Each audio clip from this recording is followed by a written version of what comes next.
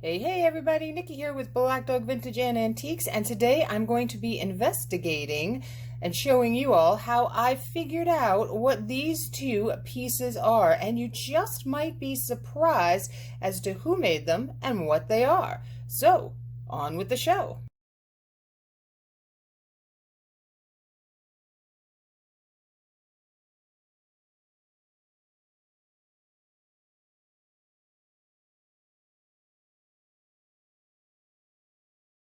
And here is the piece. This is one of the first pieces I bought. Now, I knew at the time it was something. And I knew it was old. I knew it was very old. I just didn't know what the devil it was. And there's my little inventory sticker. So when I picked it up, get a real good close-up here. It had this really pretty luster to the transfer wear, which I thought was cool. The handles were in really good shape. The transfer wear on the handles were in really good shape there. And even the trim along the top here. There's this fine band of a rust color there. Now it had a very old-looking logo, which I couldn't quite make out what it had said above here. All right, now I just went by what this says, Chang, and I knew that Chang, come back into focus camera, there we go. I knew that Chang meant China, and I assumed incorrectly that it came from China, that it was an import, maybe a British importing company that was working in China, and they were producing things and bringing them in. That was actually very popular at the turn of the century, which is when this piece is from. So I just made that assumption, and I put it up on eBay, and it sat there. It's still sitting there for a while, because sometimes it helps if you properly identify things.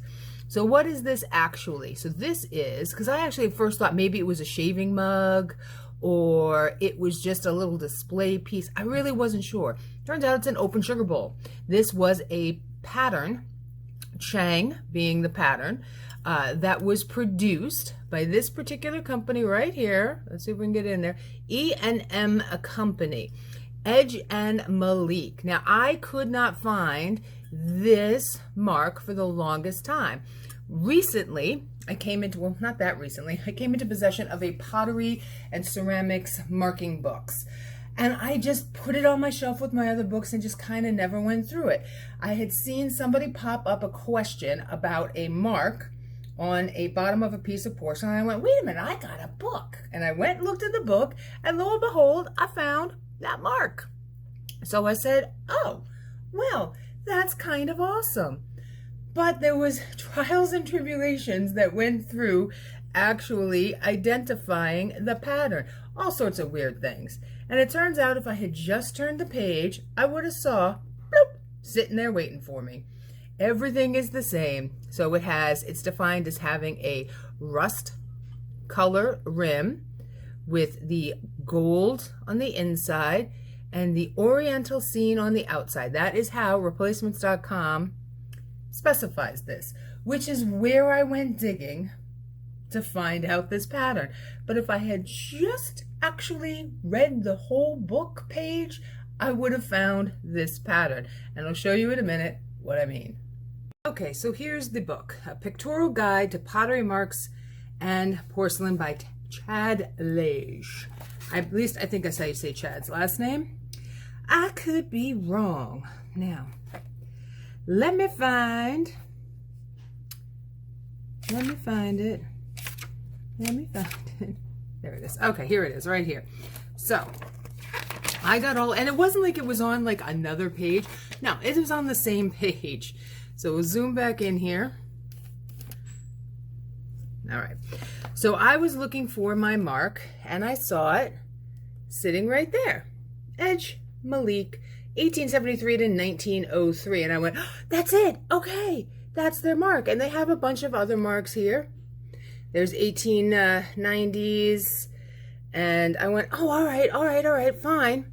And I was only looking at the marks. There's another one by them. There's another one. Oh, wait a minute. There's my pattern. Had I actually looked at the picture, I don't know how I missed it. Brain fog, eyeballs only looking at one thing, hyper focus, who knows? But had I actually looked, I would have seen the pattern and I would have known for 100% certainty that that's what it was. Now, I still would have had to go and look up the identification mark, the pattern, since I had the identification mark. But I had the company, I had the date, and I typed it into my computer and did a Google search, and I found in an image search this pattern. I then double checked it with replacements.com, and lo and behold, that's exactly what it was. But I could have saved myself so much had I just seen that picture. I did. I don't know what happened. We'll call it the signs of age.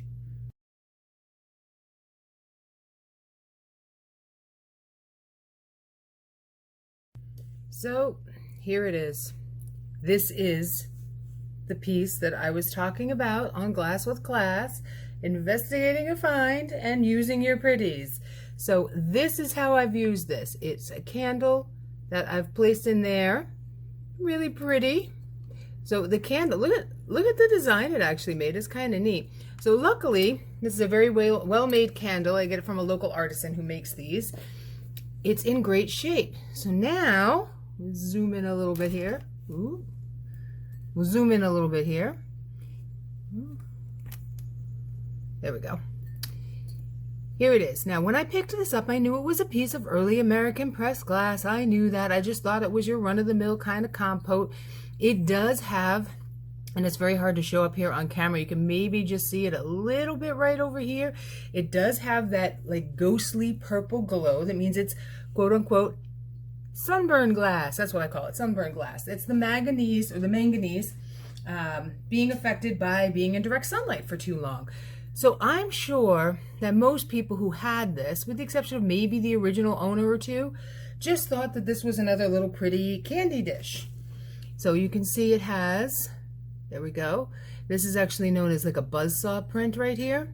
It's got the sawtooth edge with a nice little point there. And the bottom base, now there are a lot of them out there that look just like this on the top, okay? They're gonna look just like this, but the base is gonna be slightly different. This is actually made by a US glass company, and this pattern was called their buzzsaw pattern. And believe it or not, it is a child's punch bowl. So there would have been an adult punch bowl that would have been 10 times the size of this one. And this would have been for the children to use with their doll sets or to play with. And I still cannot imagine giving a 3-year-old glass or 4-year-old glass to play with. There would have been tiny little punch cups, and they all would have hung from these little spots right in here. You would have hung them around the side, and you could have had punch with your doll. Now, should I be using this to hold a candle? I'm not so sure. Maybe I should. Maybe we should use the pretties, because am I really going to hand this over to a small child to play with the punch bowl set? No. It does work really good for candies. I have had candies in this. I've had sugar packets. It's been sitting on my coffee bar. I've used it for that as well.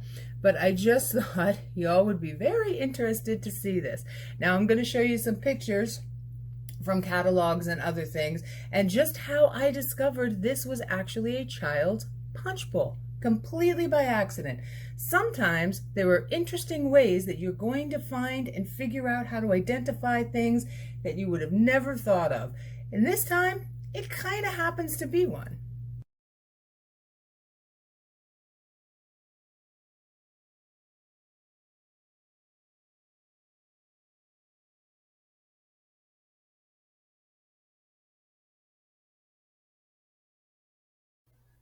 So this was tagged a child's punch bowl. That was it.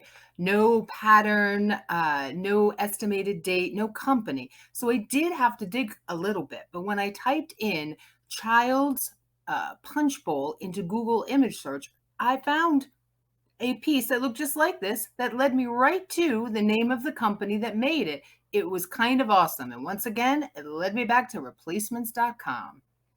I'd like to thank you all for hanging out with me and discovering what these two pieces were. Stay tuned for more upcoming episodes on Investigating a Find, where I go out, find things, and then sit down with you and show you how I identified the pieces I found. Until next time, everybody, stay swanky and stay classy.